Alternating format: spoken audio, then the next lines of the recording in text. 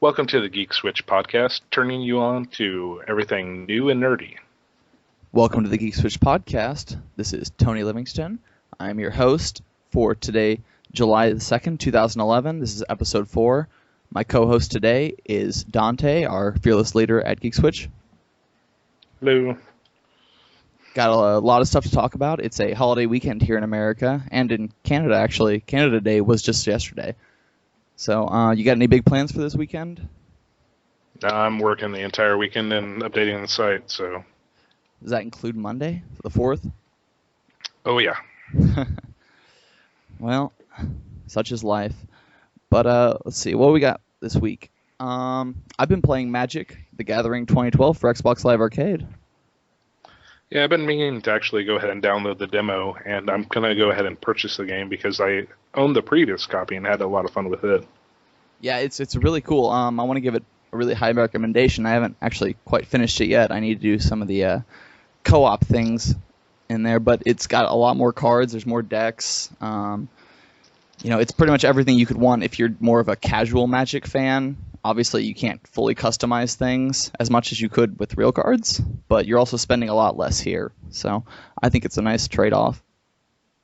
I mean, and that's also kind of a downside because one of the biggest parts of Magic is collecting the cards and when playing because it allows for more flexibility. And I know there's more in it this time than there was before, but it's still... There's Magic Online, which is a PC game that's been around for, I want to say, almost a decade. Yeah. They've kind of updated it graphically every now and then, and what's sad is what I want them to do is go ahead and update it to the graphics level that we have with Magic 2012. I mean, it's very, very basic, but every aspect of normal Magic, opening random packs, doing sealed tournaments, all that is there.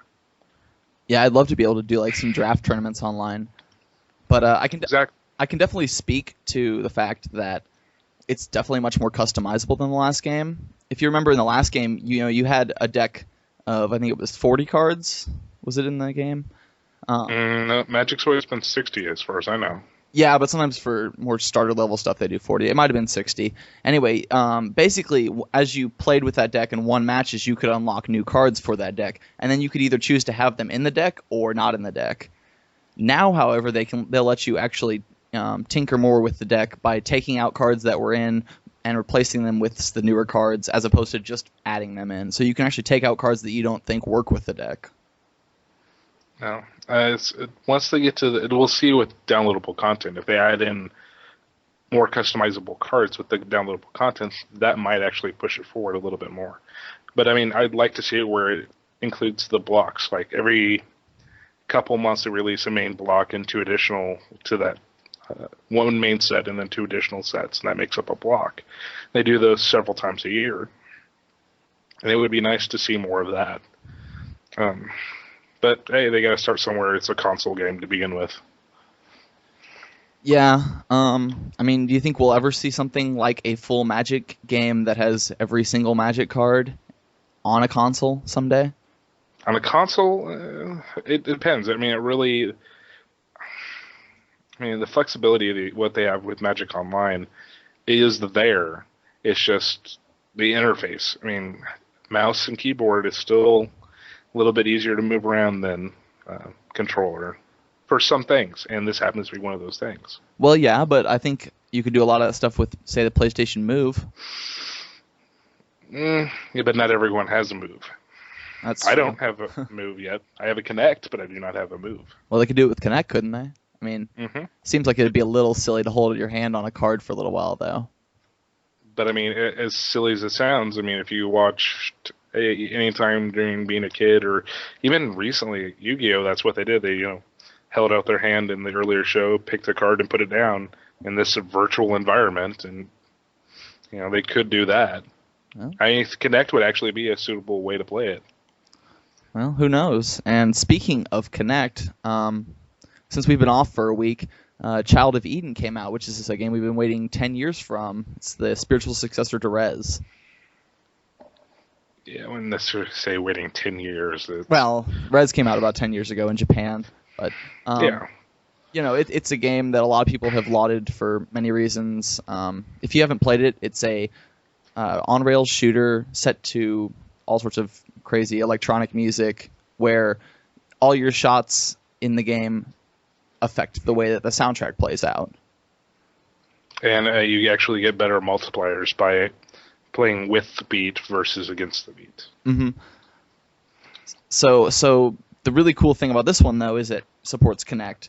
You can wave your hand over the screen and lock onto a bunch of enemies, then flick your wrist and they all explode, or you can use your left hand and it sort of fires a machine gun type gun. But have you played it with Connect? Yeah, I played it with both, and it's kind of in a weird sense because I was having more fun, and I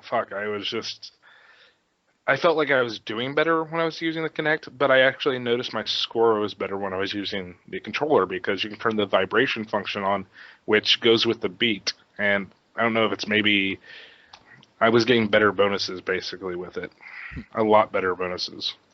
Now I think the question you have to ask though is which one do you think you were having more fun with? See, it's kind of a back and forth. I mean, I was enjoying both the sides though. For different reasons, though. It was more immersive when you were playing with the Kinect, but, like you play certain games for score, and I was doing better score with the controller.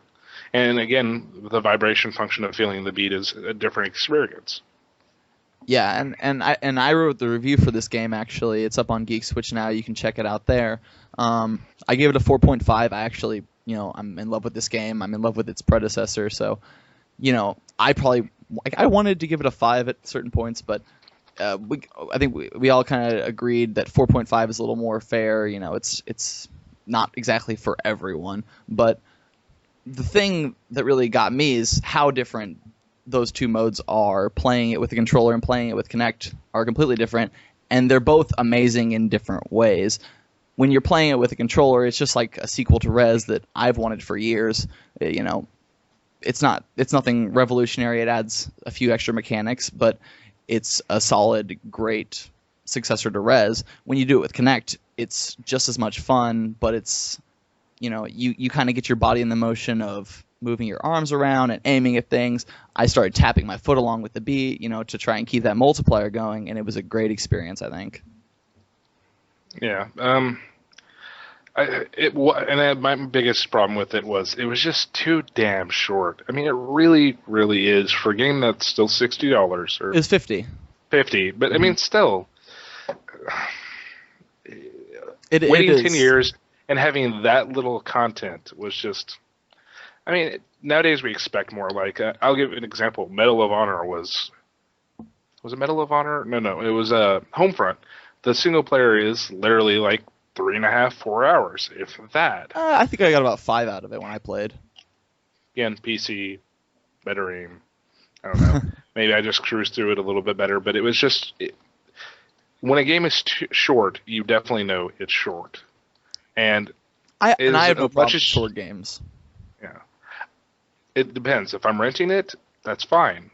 And I mean, like I told you when we were discussing the review, someone who's not used to the genre. Because it is a very different musical game in comparison to, let's say, Rock Band. Oh yeah, it's much more of a shooter than it is, hitting a button to the time of the beat.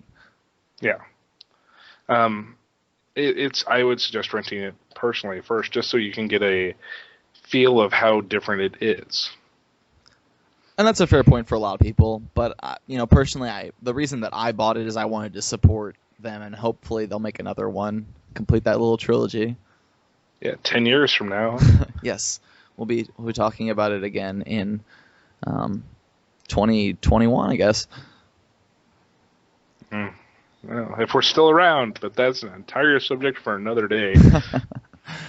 All right, so next up, we saw this week Transformers: Dark of the Moon in 3D. We went to go see the midnight showing of that on Tuesday night. And that is correct. And what did you think of it? It was a ton better than 2, because 2 was a pile of shit. Let's face it. There is no reason that movie should have been made, other than to sell toys. I guess. Isn't that always been the point of Transformers, though? Yeah, but I mean, when we were kids, at least when I was a kid, when I saw Transformers 2, Optimus died and stayed dead. There was no robot heaven. There was no random bullshit with. Oh God, it's been forever since I've seen it. It's kind of like Highlander 2. I don't want to know that it exists still.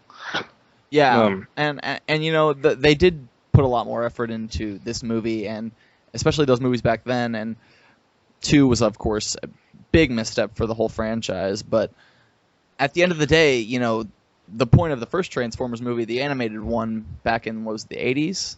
Mm-hmm. That the point of it when they killed Optimus was so that they could make, you know, a new line of toys at the end of the day. And that's, you know, that's what they do. But at this one, I don't think it was for that because, I mean, especially considering they could have picked a lot. I mean, if it was really to sell more toys, they could have picked a crap ton better Autobots and Decepticons. They could have had better designs that would probably sell better. I mean, did really Decimator, Devastator, Mm-hmm. sell that well? I mean, come on, giant robot balls. And then there's the twins. Oh, the God. twins. They're actually in Transformers 3. Were they? I didn't see them, and I was happy to not see them. They're in one scene. Without, you know, it's obviously we can say this without spoiling anything, because they're in a convoy, and while they're in that convoy, they're in robot mode. They never transform. They never talk. They just You happen mean to be they're there in for vehicle form? Yeah, vehicle form. They never transform, and they're just there kind of for a split second, and then they're gone, Yes. and we never see them again. Well, Which is a good thing, because, yeah. well, really quickly, spoilers for Transformers, but I kind of hope that they made it onto that rocket that exploded. So Yeah. we can finally be done with them. But okay, so the basic plot of the movie, you want to go over that really quick, so for people who don't know. You mean the ADHD version of the movie where it's, hey, let's do this. Nope, something shiny. Hope we need to move over here.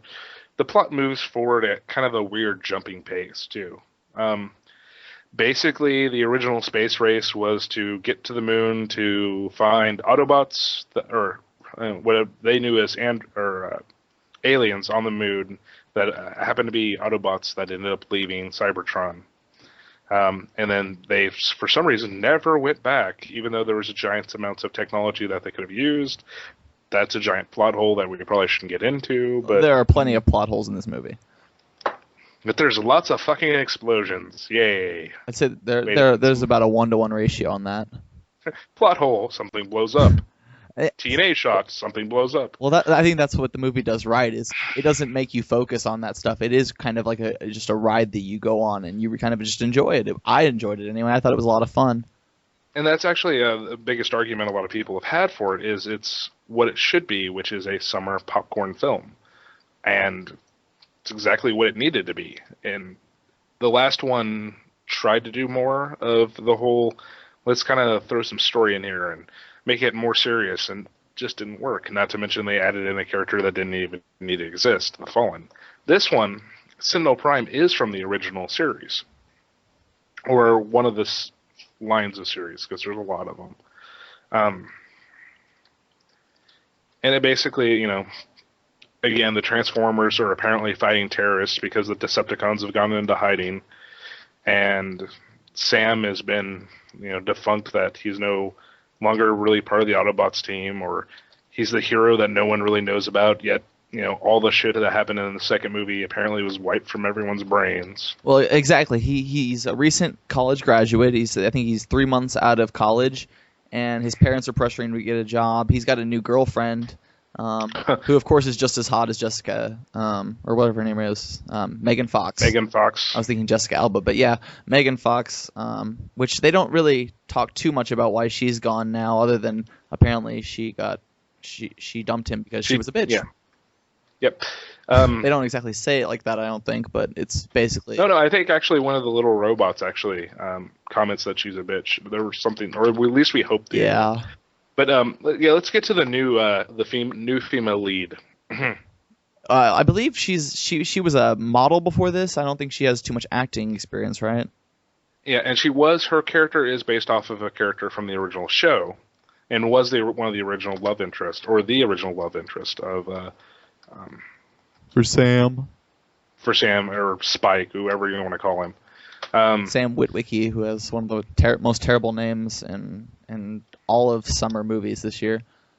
But yeah, actually, I think the Witwicky thing is actually from the old cartoon, so that's still a terrible name. Yeah, it's one of those little back and forth. But how does she enter the film? She enters the film wearing half of a button-up T-shirt, panties, and a TNA or a a purposefully shot ass shot of her walking up the stairs to introduce her character. So we know from the off from the bat, it's not about her acting ability; it's her physical appearance that brings her to the film. Well, and the first thing she does is climb on top of him too, right? She says, it's just amazing the whole story behind that they give for how these two got together. Apparently, they met while she was working at the White House and he was getting this medal, which of course he won't shut up about the entire movie. Yeah, because that's really important. He's like, I got to meet Obama. It's like, good for you. Wait, wasn't this all supposed to be like some secret thing? The Autobots are supposed to be, the reason they actually transform into vehicles is so they can, be undercover and not in plain daylight. And then there's the entire, hey, let's give the nerdy geek guy the hot ass girlfriend. I mean, yeah, because that's the typical kind of geek fantasy. Mm-hmm. And one of the things I really liked about the movie though was how they kind of took all this historical footage of like JFK and Richard Nixon and stuff, and how they kind of intercut that with things, and they kind of made the whole moon landing seem a little more grounded. I liked that, and I didn't, because it kept switching because of the older footage was, of course, shot in different formats. Obviously not 3D. But it felt kind of out of place, because they could have spent the money to widescreen it, touch it up, higher resolution it, blah, blah, blah, because they have with older footage, like Godfather, they took the original 35 millimeter and cleaned it up and all that. So it didn't feel like they spent any effort on that, and it just kind of bounces back and forth. And again, one of the main themes, I think, of as good as this movie was, ADHD. It's just like shiny, shiny, shiny, back and forth, back and forth. And it really is. I mean, the plot, like, in one moment they're, what was it? They were worried about something. Next minute, half the city's destroyed. I can't remember, because that transition into the last half of the film is really abrupt. Mm-hmm. And most of the final battle takes place in Chicago, correct? Yes. Which I thought was much more interesting than Egypt. It's a much more densely packed city and stuff than it was in the second movie. And again, more shit to blow up. Yeah, which of course is 90% of the movie, so why not make it as awesome as possible? And that's what Michael Bay knows how to do the best. And So would you recommend that people go see this? If you liked the first film, yes. If you hated the second film, yes. If you hated the second film because of how stupid it was, this does kind of make a little redemption on it. Yeah. And the humor is not as overpowering and far less sophomoric. Yes, a lot less offensive, I would say. Especially since they got rid of the twins, mostly. I mean, that's an entirely different... Yeah, because I've met people who are like, it's not offensive at all, and it's like, I guess it depends on your viewpoint. Offensive. Yes. Again, like I said, to each their own. Everyone has their opinion on it. But where's the docs? Well, let's move on. One last thing that I've personally been doing this week is I've been watching a lot of Torchwood, which, if you don't know, is a spin-off of Doctor Who. Doctor Who, of course, being a long-running British television sci-fi show. Torchwood spun off in 2008, 2007? I think maybe 2007. We'd have to look it up. Yeah. It's one of the better spin-offs too, because there's been a few spin-offs. Yeah, it's definitely it's the most adult of the Doctor Who universe. Also, it deals with a lot of sex and violence and all sorts of military stuff. I wouldn't say the most adult because I mean season 6 of especially with Matt Smith's second run, season 6 has been very adult. I mean it's been a very dark. Well, I meant more of the spin-offs, like it's much more adult than like the Sarah Jane Chronicles.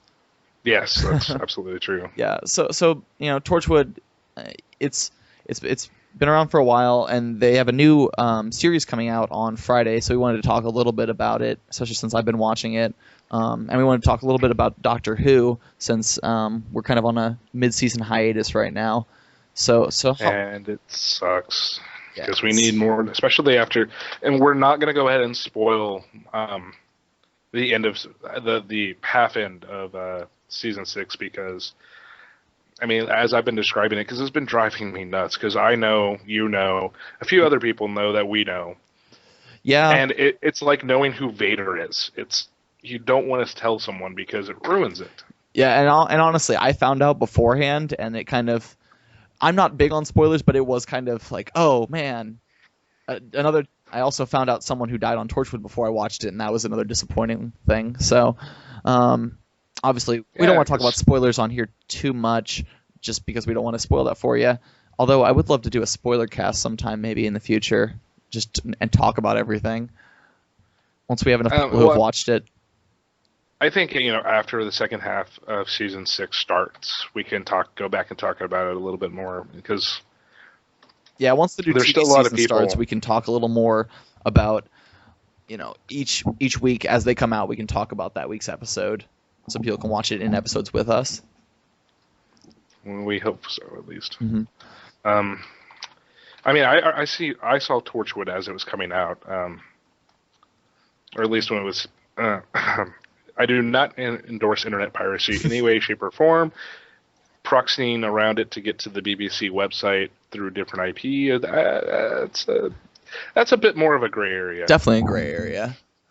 But I was watching them as they were popping up on the BBC player, or occasionally at a friend's house or something, and I remember enjoying them. I mean, but this was also back in the day when they were first coming over on DVD. Doctor Who and Torchwood were like $100 a season, and it was very, very impractical to buy them right out at once. Not to mention you'd be behind.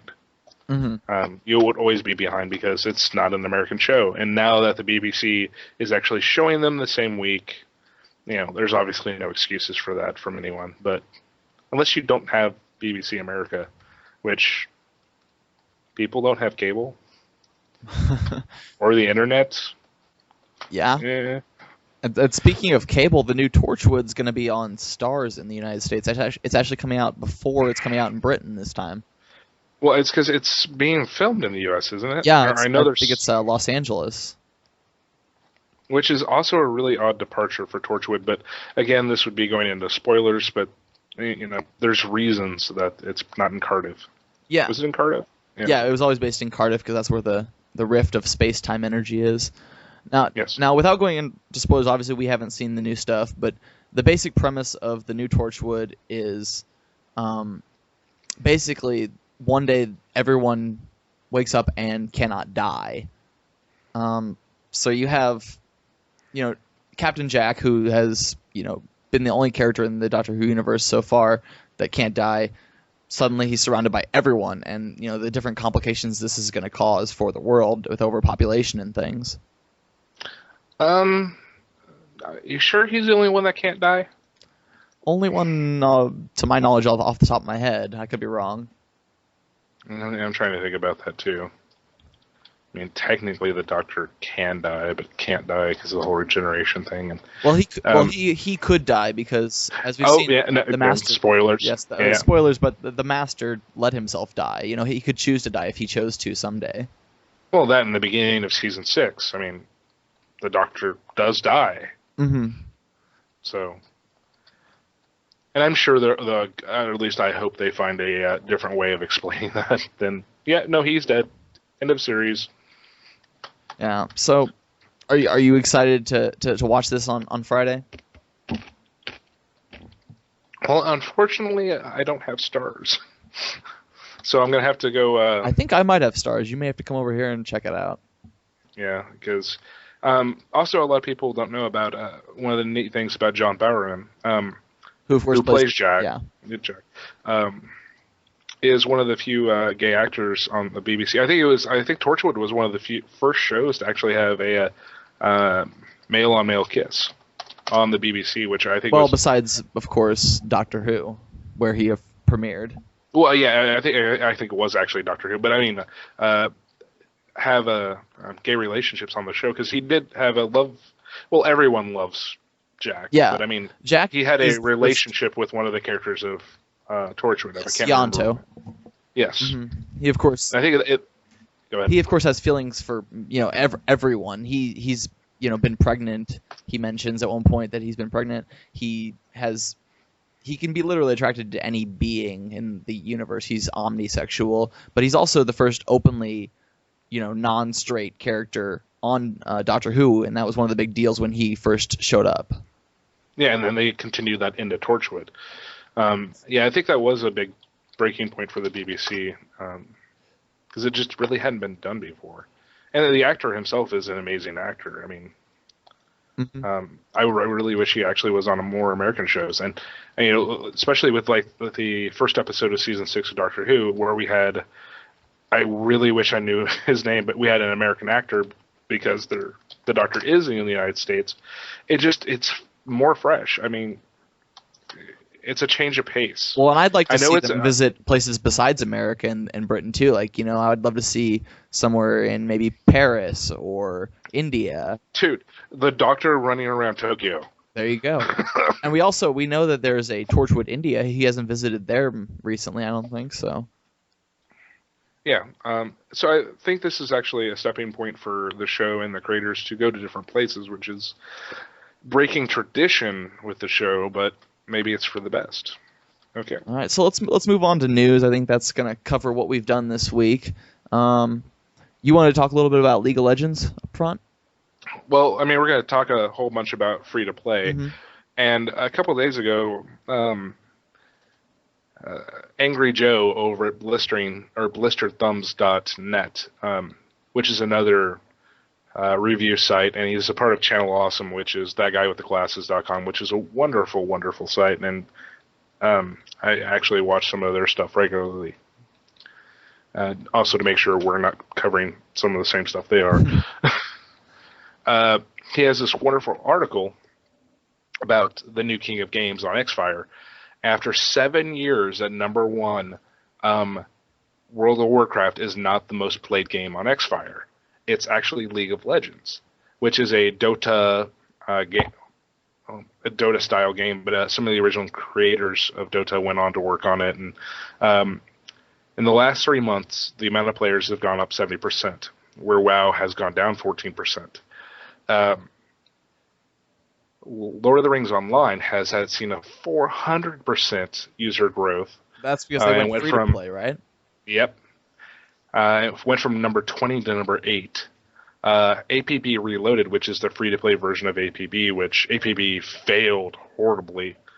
It lasted, 3 or 4 months? I mean, it was almost nothing. Yeah, that was the huge MMO launch from Real Time Worlds, right?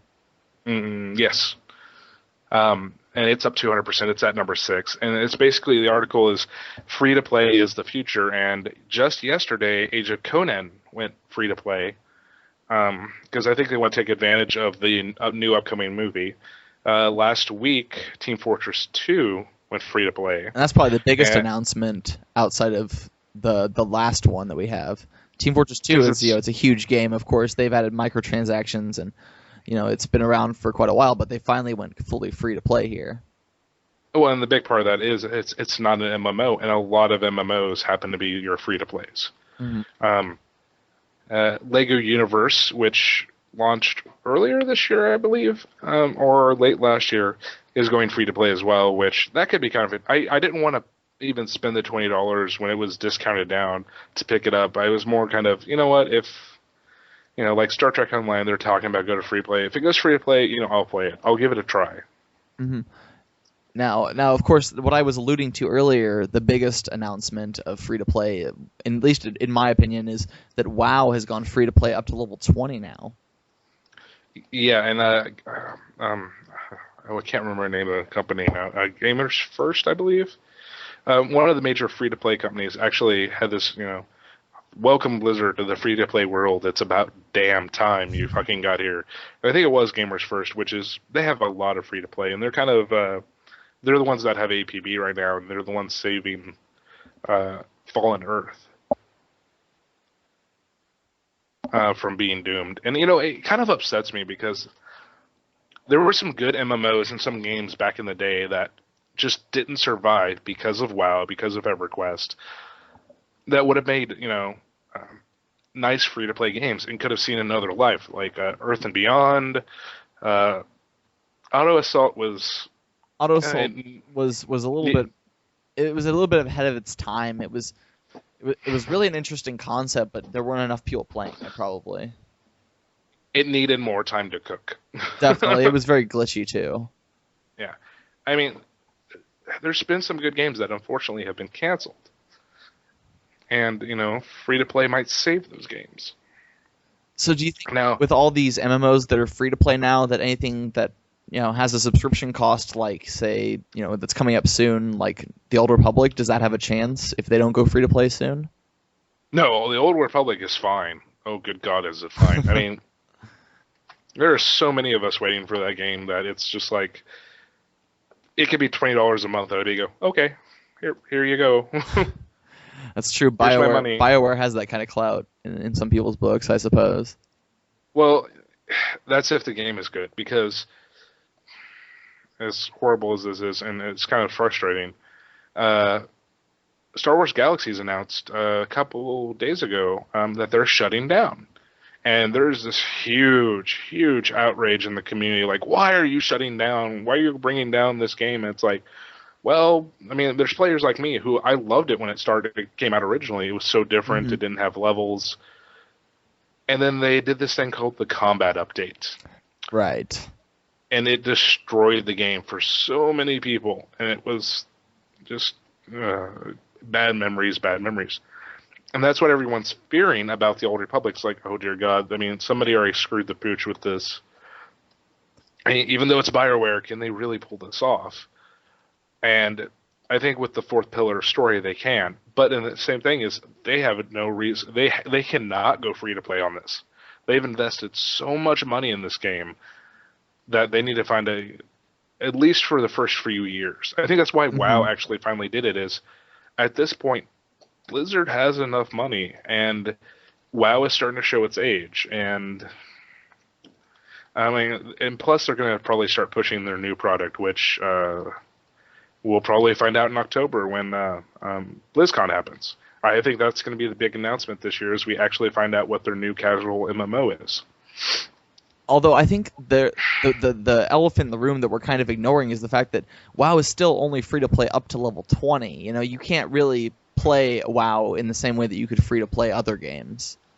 So if WoW, Blizzard's a drug dealer. They're like, hey, come on, here, have a little bit. Well, true, but if WoW was free to play, you would have no other MMO that has a chance to do any kind of subscription cost ever. And that's the thing, is I don't think they... I know, it's kind of one of those things. I don't know if I would want it to go to free to play as well, because as horrible as it sounds, it kind of keeps some of the riffraff out. Those people who were like, and this is the biggest argument I've ever had for free to play or pay to play. People are like, I don't want to spend $15 a month to play a game that I already paid $40, $60 to buy. That's like, how much does it cost to go to a 2-hour shooting movie? Around here, if it's on IMAX, it's a good $16. There's 2 hours of your time gone, where that $15 could, I don't even want to. That's an Xbox Live Arcade title right there. Exactly. Which you could spend 10, 12, even more hours on those kind of games.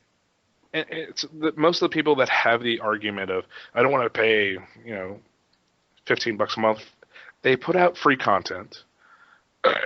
It's not as frequent as it should be. Like the Firelands patch just came out, has new dailies, new quests, new voiceovers, progression of the plot, and an entire new raid zone. It's 6 months ago that Cataclysm came out, so it's a little late, but we're not paying for it. If it was a free to play, what it would work is you would probably end up paying for the expansion, and then when new groups of content comes out, you would have to pay for it. Although it could be argued that you are paying for it in your subscription cost here. But you're also paying for better service connection. And, I actually have a funny little story. Is recently on Tuesday, Battle.net was down, so you couldn't access. Well, Battle.net account services was down. Mm-hmm.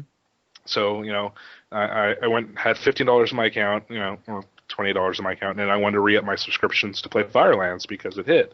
It's like, okay, it's been a while, I'll go play. So I had to call into Blizzard and their Austin offices, and they got us all settled up, taken care of. Us like, yeah, you'll be good, you'll be fine. I was like, okay. And I come home the next day and I'm negative $60 in my account. I'm like, what the hell happened? Go to find out, they charged me for a 6-month. And this is the only time I've ever had issues with Blizzard's account services. And I was like, okay, that's a little weird. So what you And do? then I look in my account. Oh, it gets better. Okay. It gets better. I look in my account. I was charged for 6 months. And usually next to the how long your service is, it says how much, $14.99, $9.99. It said $235 Argentinian. Whoa. It's like, okay, call Blizzard. We get it all sorted out. Something went funky with the system, I guess. And God knows what. They're like, okay, we're sorry. We'll refund it. We'll get the fraud team involved. Immediately we'll give you 15 days free. And it's just like, I mean, but seriously, how the hell did it end up in Argentinian dollars? Not to mention, we bitch about $15 a month. Those poor bastards to play for 6 months are paying $235. Yeah, although I think that's a different conversion rate, though. Sure, Their but dollars are probably not the same as ours. No, it's just the entire thing of, in 6 months, is it going to auto charge me for Argentinian dollars again? But I mean, their support was so quick on dealing with stuff. Where I've had to deal with like SOE Sony support that, gave me the runaround, or even Xbox Live support, which kind of outsources and you end up all the shit. But Blizzard, at least for one of their main offices, is in Austin. So when you call in, you're calling in to get an American. You're going to get someone who speaks fluent English, that knows what the hell he's doing. And that's part of paying that $15 a month, is you get far better support than some of the free-to-plays, especially some of the Korean import ones where, like CCP, I love CCP and EVE Online, but until a few years ago, they didn't have an American office at all. Now they actually, when they bought out White Wolf, they actually have an American office now. So yes, you're paying $15 a month for the game. You're paying for the content, but you're also paying for far better customer care and servers and everything else that goes along with it. I mean, free to play, just the quality doesn't always seem like it's there. That's true, but free to play just keeps getting bigger. Now, who would you say is the biggest free to play company out there right now? I would easily say it's Gamers First. I disagree. You know who the biggest is? Who? Zynga. That's not free to play. That's casual. Well, that is a completely different market, my friend. Well, here's the thing. You don't pay to play it. It's all on Facebook. It's all microtransaction based. And this week they finally announced they are planning to go public. Which is ridiculous, because if it wasn't for Facebook, that company would never be where it is.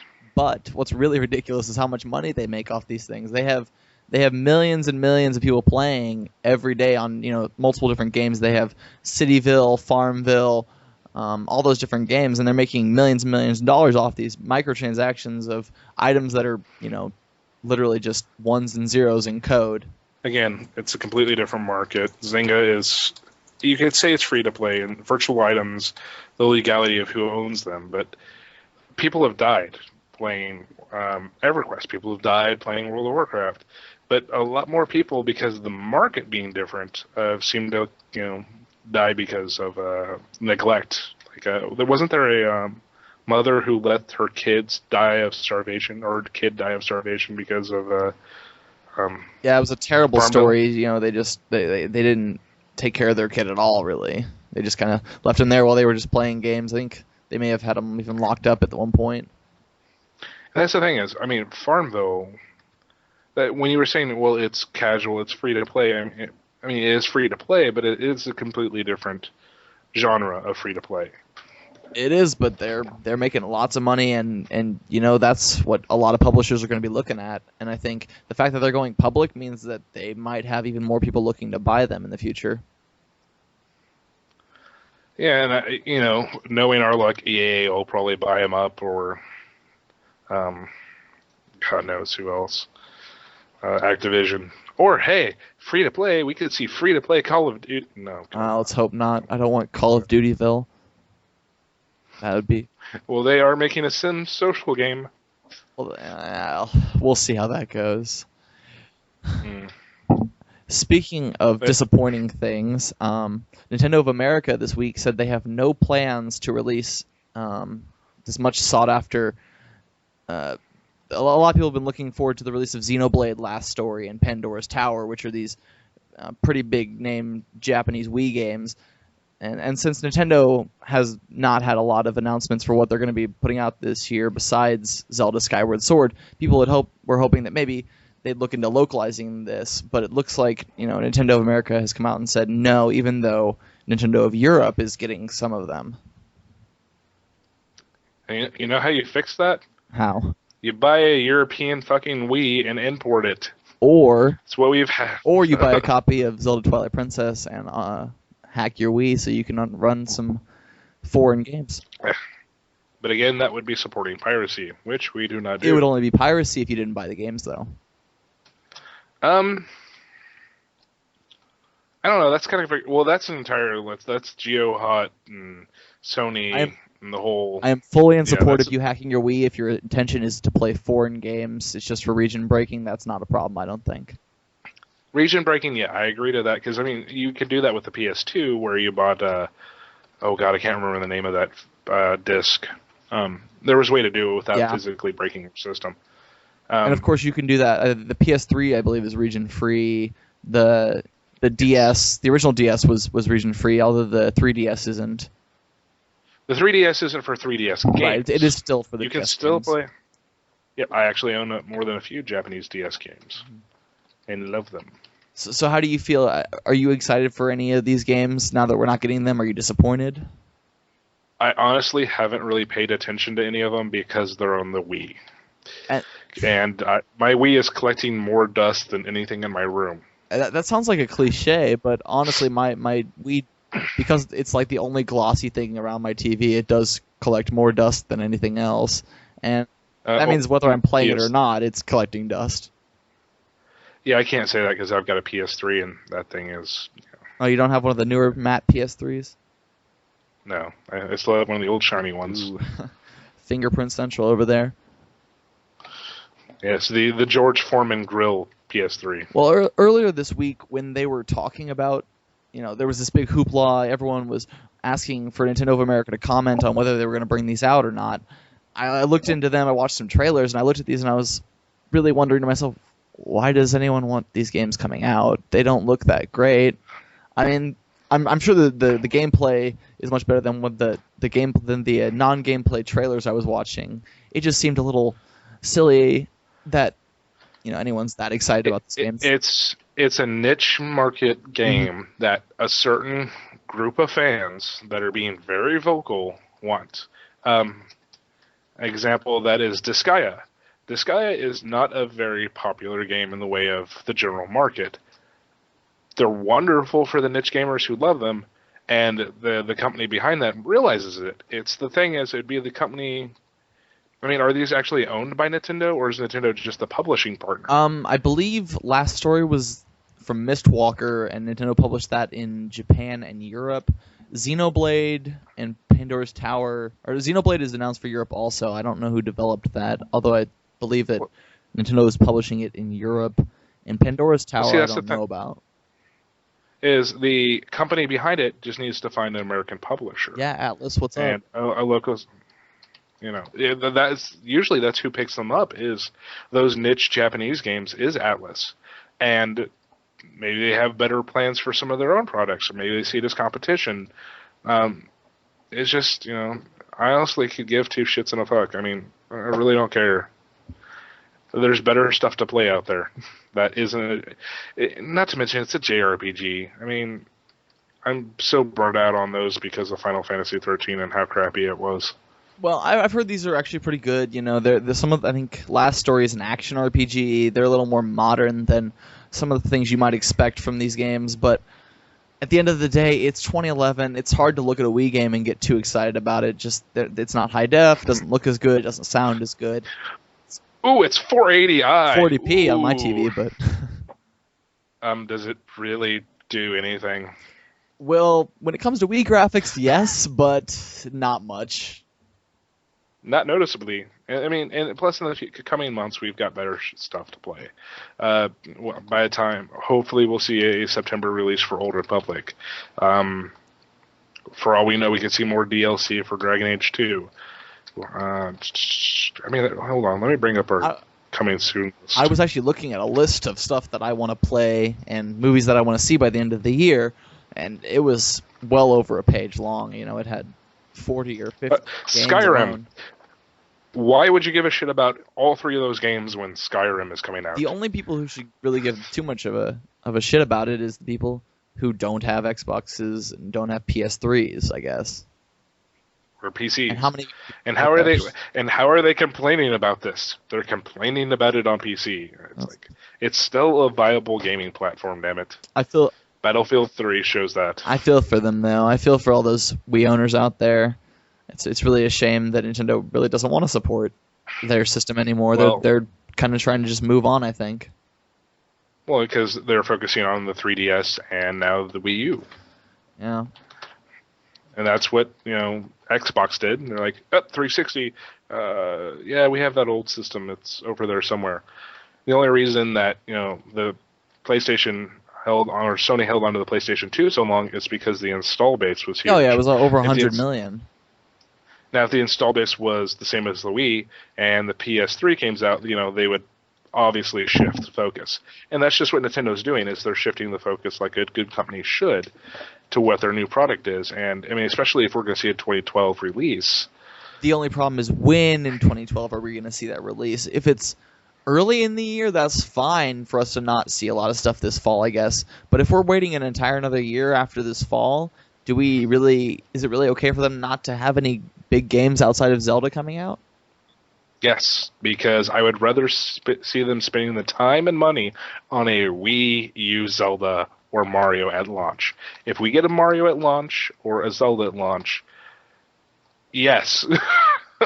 Hell, if we get even like a somewhat lesser known major Nintendo published like Mario Kart or a Super Smash, I mean something. Because I think they're learned their lessons with the 3DS, which had a very, very weak lineup. But yeah, if they're going to spend the money and time on something better, yeah, at least they're not pushing back Skyward Sword and doing what they did with the Twilight Princess release. That's true, and I think the problem with them trying to put out more Wii games now is that there's not much they can do on the Wii to shock us. There's still the Vitality sensor.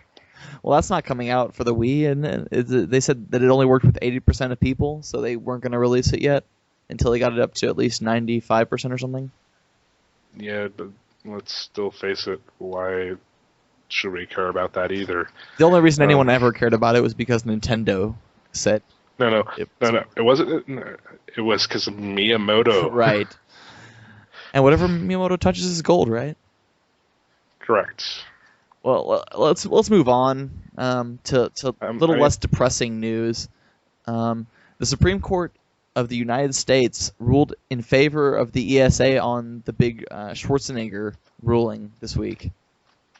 With I guess for those who don't know, Arnold Schwarzenegger, back when he was governor of California, the governor, right? He had this. Well, do you know much about it?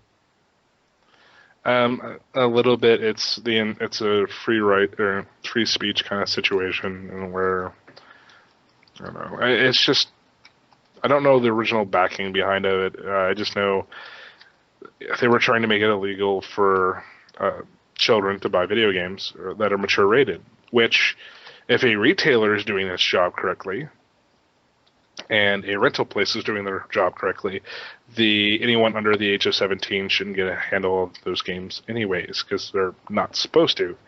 The ESRB is a rating system. They're not an enforcement board. That's the job of the retailer or, parents. I mean, let's face it, it is the job of the parents. And actually, when I worked as a manager for GameStop, I had this wonderful couple come in, and the kid brings up a copy of San Andreas. He's like, I want to buy this. And it's like, I'm kind of looking at the parents, and the kid's like 5. It's like, ma'am, do you know what's in this game? Like, no. Let me educate you really quickly. And that's, again, the store employees should. I mean, if the parents, after hearing the information, go, oh, that's fun, my kid can see TNA, that's okay. They want to see blood and guts and gore in Mortal Kombat, that's fine. If they want to hear, 15-year-olds calling people fags and noobs on Call of Duty, that's their choice. Mm-hmm. And should it be illegal? Probably not. No. No. The government really shouldn't be getting involved in that. It does depress me working in electronics retail to see exactly how many parents come in and buy Call of Duty for their kids. It's absolutely depressing to see these people, and I try to tell them, this game's rated M for blood and gore, intense violence, language, things like that, and they just shrug it off. Or their kid goes, oh, no, I heard that my friend said that I could turn off the language, so it's okay. But see, the neat trick about that is, if you describe certain, like especially with Black Ops, if you describe certain scenes in the game, like, when they're in Vietnam and the guy pulls out of the boat and slits the guy's throat in the water, if you describe it to them, sometimes those parents go, oh, well, maybe we should. One of my favorites was always describing the scene in Modern Warfare 2 where you shoot up the airport. Parents didn't seem to like that one. No, that was kind of, yeah. So do we want to do that movie news at all, or are we skipping that? I don't know of any good movie news that's really all that important that we haven't covered on the site already with trailers. Yeah, well, I mean, just quick mentions. We have Hugh Jackman talking about a new Wolverine that they're going to start shooting in October. Yank, who cares? The question is it going to be in the First Class universe? See, that's the problem, is they technically need to do it unless they're rebooting Wolverine again. Let's hope they just kind of bring Wolverine into the First Class universe, and then maybe we'll see a First Class 2 later on. That's kind of my hope. We don't know too much about this just yet, I guess. And then Thor 2 was announced to be coming in 2013, although Kenneth Branagh will not be returning to direct. Which is fine. I mean, sometimes a new director can make for a better movie, sometimes it can make for a worse movie. A really good example of that was X-Men 3. Because let's give the guy that does the... Yeah, let's give... it wasn't Bryan Singer. Bryan Singer was the... He left after 2. It was Brett Ratner, the guy who was best known for doing Jackie Chan, Chris Tucker partner comedies with Rush Hour 1 through 3. Because, that's the guy that should be directing an action-based comic book movie. But it sounds like... That's like saying, hey, we need a new Superman. Ooh, let's go get Ron Jeremy. Or Zack Snyder. Oh, wait. No. Or Nicolas Cage as Superman, because that would never be a bad idea. Yeah, well, don't get me started about Zack Snyder. But it seems like the split here for Thor was pretty fair. It looks like he said it was mutual and amicable. There's no big fighting going on. He's not leaving it angry or anything. So hopefully they can just find someone who can replace him and keep it kind of going. Or, I mean, we could, again, it could end up being a better director. It could end up being a worse director. We don't know. We'll find out. And then... it depends. I mean, we still have an Avengers movie to get through before then, and a Captain America movie. Yeah, so we will see plenty of Thor as it comes out. Another big movie that came out was Green Lantern, and we have, even with disappointing reviews and disappointing box office results, they just announced a sequel will be still made. It still bugs me because I do not think it was bad at Yeah. all. I actually enjoyed, and this is one thing that a lot of critics don't judge the movie. It's like, well, the cinematography was this, the sound, the acting. I was like, did you have fun? Yeah. Yeah, then you had your money well spent. If you didn't have fun, and you had a horrible fucking time, then like, going to go watch Zoolander in theaters. I have never been so depressed at spending $10 in my life. Well, Green Lantern, it wasn't perfect, but I think overall, everyone that I saw it with and everyone that I've talked to from Geek Switch and all my friends and stuff, we all seem to like it pretty much. It for fans of the comics, it's not exactly perfect, but it's still a good movie, and I'm excited for the sequel. Yeah, and it is set up perfectly for a sequel as well, and that's what I was happy. And speaking of sequels, Tom Hanks has been talking about Toy Story 4. Hey, because Pixar hasn't finished milking that fucking teeth enough. Yeah, I'm a little disappointed with how many sequels they're doing now. We just had Cars 2 Can we please get fucking Incredibles 2 already? Come on. That we might be seeing that soon. Looks like the release schedule next year. We of course have Brave, which is original, so that's good. Then 2013, we have Monsters University, which is a sequel to Monsters Inc. So we have another sequel. This is their third franchise, I guess, after Toy Story and now Cars. And then they have a unannounced project coming the same year in November. So this will be the first year that they're putting out 2 movies. We don't know what that is, although it is rumored to either be Incredibles or Toy Story. And if it's Toy Story, I mean, then I'm just going to give up on Pixar. I mean, the third one was a perfect end to it. It should be done. It should be done. It was a perfect way to end the movie series. Unless they have brand new toys, but we already know Tom Hanks is involved. So yeah, it's Pixar. It could still be great.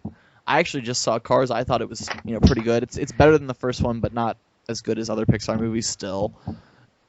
And as I told you, and as it's one of my top, actually it was my top pick for 5 movies I will not fucking see this summer. It's because it does not need to exist. Yeah. The only reason it exists is Maynard. Because of Larry the Cable Guy's popularity. That is the only reason Cars 2 exists. And to sell toys. Brave could have came out this year and we would have got a better film. Even if Brave sucks, it's still better than Cars 2 because it's original. And Hollywood has such a lack of original products right now. And it won't suck because, again, it's an original IP, and I don't think they've had an original IP that was really bad. I mean, even Ratatouille had its kind of down moments, but it was still better than Cars. Time out. Ratatouille is my favorite Pixar movie, sir. I'm not saying it's bad. I mean, I wouldn't necessarily say it's my favorite. Well, I mean, it's not going to be everyone's favorite, and I wouldn't necessarily say it was the best Pixar movie, but it was my favorite. It was the most enjoyable for me, I think. I love France. I love the idea of these little rat that could control and cook all these things. It wasn't like this huge epic story, but it was still an enjoyable tale, and I thought it was delightfully done. Yeah, I liked it better than WALL-E, and I liked it better than Up, because Up had some really depressing moments. But again, they're all still better than Cars 2, or the idea of Cars 2, or the idea of Cars 2 causing a spin-off that's going to be a DVD only, still Disney, but it's still, I guarantee you, going to involve Pixar in some goddamn way. Well, it's Pixar's IP probably, but they're not making the movie. But it's still, we wouldn't have Planes, a very shitty idea, if it wasn't for the crappiness of Cars 2 existing. That's fair enough, and I think we all groaned a little bit, but I've seen Cars 2 now, and it's not as bad as everyone thinks it's going to be. It's actually much more of a spy movie than it is like a Cars movie. Like it almost feels like a James Bond movie mixed with Cars, and it's more enjoyable. I might even say I liked it better than, say, Monsters Inc. 1. See, that's Monsters Inc. is low on my totem pole personally, though. So, it has better actors in it at least. Look, Cars 2 is definitely not the worst movie they made. Like I said, I think it's better than Cars 1, and it's better than a couple others, I'd say. But it's hard to say which ones off the top of my head. Yeah, I probably won't even rent it. It'll probably end up being on TV, and I'll go, That's fair enough. And yeah. if if you feel like that and it does come on at some point, I'd say check it out. I think it's worth watching for sure.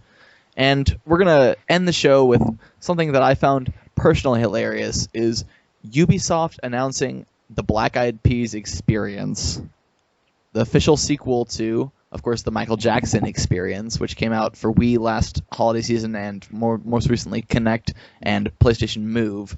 So we have the follow-up to a game about Michael Jackson is the Black Eyed Peas.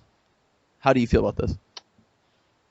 Do we get to screw up at halftime during the Super Bowl? Well, my favorite part, of course, of the Black Eyed Peas is when Fergie pees herself, like at that one concert.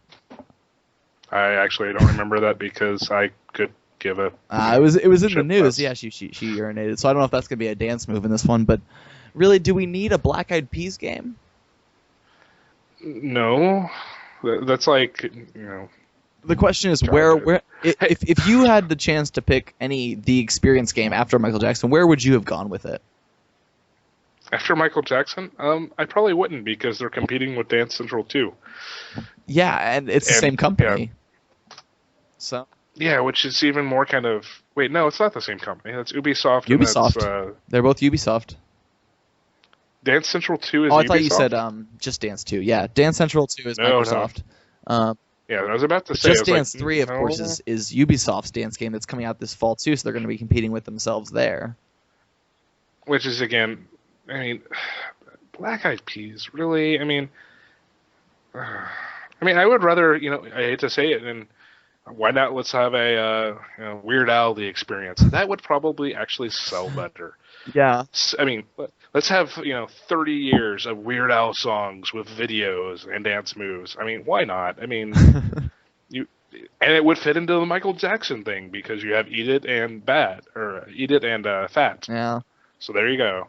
The question is, is this one going to be a success? I mean, obviously Michael Jackson made them some money, or they wouldn't be trying this with the Black Eyed Peas. Obviously, they it's costing them some money to get the Black Eyed Peas license here. Yeah, I'm starting to think whether or not there might be some people from Guitar Hero working at Ubisoft now. Well, they also, I think, Ubisoft's doing Guitar Smith now, right? I don't know, and God, I don't want to know. Or Axe Smith or something like that. It's their where you plug in your own guitar and just kind of learn to play like that without having to buy any other peripherals. So. You know what that's it's called? Rocksmith, that's it. You know what that's really What's that called, Tony? A garage band. It's also called Rock Band 3, which came out last fall.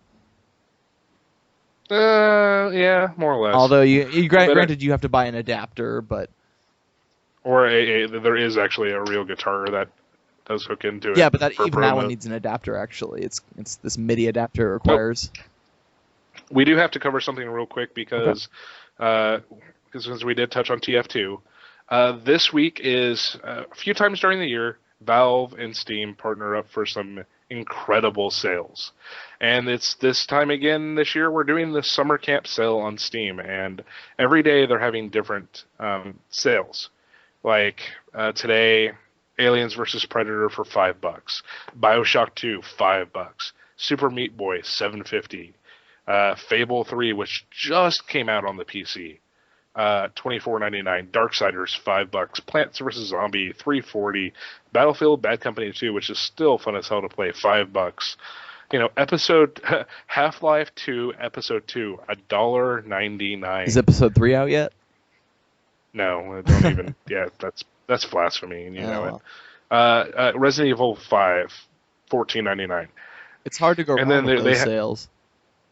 And that's the thing is, I have more games in my Steam library than I can actually probably play unless I ever get fired, because I don't have enough time. And every time one of these, when I finally get caught up, it's like, I only have like 5 or 6 games I haven't played yet that are just sitting in there, and then one of these sales comes out, and it's like, God. I'll give you a really good example, and especially if you haven't bought a lot of games on Steam and you're just kind of getting into it because of TF2. They're doing the packs that they have where, some of these are games that, I already have or most people already have. And let's get the THQ pack. This is a good example. Is normally this entire thing is $294.86. And that's every THQ game available on Steam, right? Yes. Well, I pretty much yes. Does it have all the most recent games too? Like, is Red Faction Armageddon on there? No, that one is, and they occasionally, like the brand newest ones, they kind of pull out. But like Company of Heroes, Company of Heroes Opposing Forces, Darksiders, Homefront. Homefront's only a few months old. Metro 2033, which is an excellent game. Red Faction Guerrilla, prequel to that game. MX vs. ATX, Reflex. Stalker, Shadow of Chernobyl, Saints Row 2, Titan's Quest Immortal Throne. Warhammer 40k Dawn of War Retribution, Warhammer 40k Dawn of War 2, Warhammer 40k Dawn of War Chaos Rising. All these, $49.99. It's 83% off for all those games. For the price of one brand new game. And that's a good example of this is like, where's the Valve one? The Valve one, I think, actually had Portal 2 in it. Man. And actually, I'll give my full endorsement to that THQ bundle, because THQ's been one of my favorite publishers lately, with Metro and Red Faction outside of Armageddon, which I won't get into. You can go read my review on Geek Switch. I didn't enjoy it too much, but the Saints Row, of course, is a franchise they have. The third one's coming out this fall. They've been putting a lot of creative stuff out, and I've been really enjoying their games. Darksiders, of course, too. I want to throw that in there. Actually, here the Valve Complete Pack is only it's normally $200 if you bought each game individually. It would be $215.81. It's $49.99, and it does include Portal 2. There you go. That's every Valve game. Yeah, I mean that's literally we're looking at Counter-Strike. Counter-Strike Source.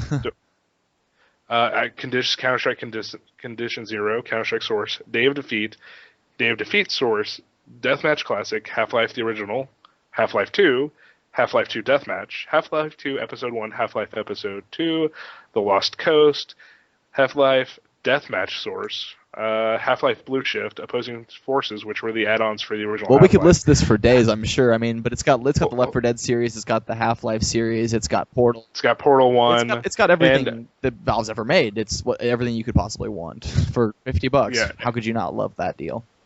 Portal 2 alone, if Portal 2 wasn't in there, and it's like most of these people already have these games, but with Portal 2 being in there, and it's just basically every day, come back, check it out. Direct to Drive is doing the same thing where they're having sales, but it's not as good. It's like they know they can't compete with Valve on these days. And I think Amazon's actually having a sale for the 4th of July weekend also, so check them out. I don't know exactly what their deals are, but they always have something good, and they tend to match people. It was actually a buy one, get one free. But it's only a certain list. Yeah, and I know they had Child of Eden yesterday for $35, so there's going to be some other stuff like that, I'm assuming. I'm sure. But this is one of those times of year where, if you're a geek and you want cheap video games, save your paycheck and just wait every day and go, I need that. Yeah, especially because instead of paying $20, you spend $250. Right, especially if you're not someone like me who plays every single game that comes out the day it comes out as soon as possible and tries to get you guys some reviews. Yeah, and I mean that's the other thing is I wouldn't say it is thrifty, but I mean especially with those packs, some of those games you look like I'll probably never play that. Still buy it because you never know what's going to happen, and for all you know, you might have a week off from work because you're sick, really bad, and all you have to do is sit around and play video games. Well, there you go. Or maybe that game's going to get a sequel at some point, and you want to go back and play the old one to get you ready for the new one. You never know. Anyway, I think that's going to wrap us up for tonight. Thanks for coming on again, Dante. Well, I try and be here as much as I can, but I got running the site and yeah. I want to really quickly apologize for missing last week. Of course, we had a new addition to the Geek Switch family. We had one of our editors had a kid, so we had to take a little time off just to kind of make sure everyone could schedule this in. Obviously, we only have 2 people. We'll probably be back next week with a bigger cast, maybe even 3 or 4 people. So yeah, we've got some interesting surprises lined up. I know that. Anyway, if you want to get in touch with us, you can get in touch with us on Twitter at Geek Switch is the general website's Twitter account. My Twitter account is Tony Livingston. You are at Kierwin. which is KIRWEN. Yep, Yeah, yep. if you want to. And you can always join our fan page on Facebook.